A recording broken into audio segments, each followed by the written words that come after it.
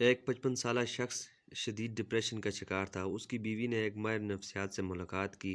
بیوی نے کہا، میرا خاوند شدید ڈپریشن میں ہے، براہ کرم مدد کریں۔ ڈاکٹر نے اپنی مشاورات شروع کی۔ اس نے کچھ ذاتی باتیں پوچھیں اور اس کی بیوی کو باہر بیٹھنے کو کہا۔ صاحب بولے، میں بہت پریشان ہوں۔ دراصل میں پریشانیوں سے مغلوب ہوں۔ ملازمت کا دباؤ، بچوں کی تعلیم اور ملازمت کا تناؤ۔ مجھے کچھ پسند نہیں۔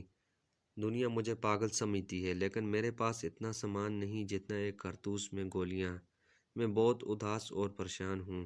یہ کہہ کر اس نے اپنی پوری زندگی کی کتاب ڈاکٹر کے سامنے کھول دی۔ دوستو، پھر ڈاکٹر نے کچھ سوچا اور پوچھا کہ آپ نے 10ویں جماعت کس سکول میں پڑھی؟ اس شخص نے اسے سکول کا نام بتایا۔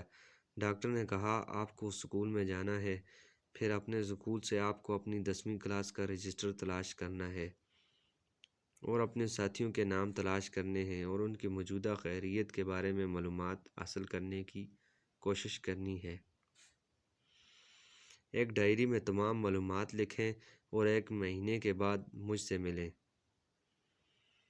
وہ شخص اپنے سکول گیا، رجسٹر ڈھونڈنے میں کامیاب رہا اور اسے کاپی کروایا۔ اس میں 120 نام تھے۔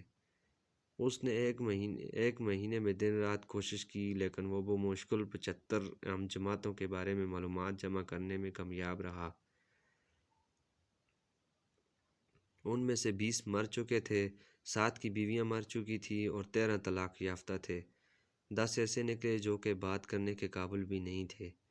6 اتنے امیر نکلے کہ اسے یقین ہی نہیں آیا۔ کچھ کینسر میں مبتلا تھے، کچھ فالج، ذیابیطس، دمہ یا دل کے مریض تھے۔ کچھ لوگ بستر پر تھے جن کے ہاتھوں، ٹانگوں یا ریڑھ کی ہڈی میں چوٹیں آئی تھیں۔ کچھ کے بچے پاگل، آوارہ یا بیکار نکلے۔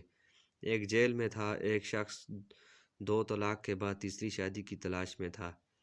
1 ماہ کے اندر 10ویں جماعت کا رجسٹر اذیت بیان کر رہا تھا۔ ڈاکٹر نے پوچھا، اب بتاؤ تمہارا ڈپریشن کیسا ہے؟ وہ شخص سمجھ گیا کہ اسے کوئی موذی بیماری نہیں، وہ بھوکا نہیں، اس کا دماغ درست ہے، اسے عدالت، پولیس، وکلاء یا کا کوئی مسئلہ نہیں۔ اس کی بیوی اور بچے بہت اچھے اور صحت مند ہیں، وہ خود بھی صحت مند ہے۔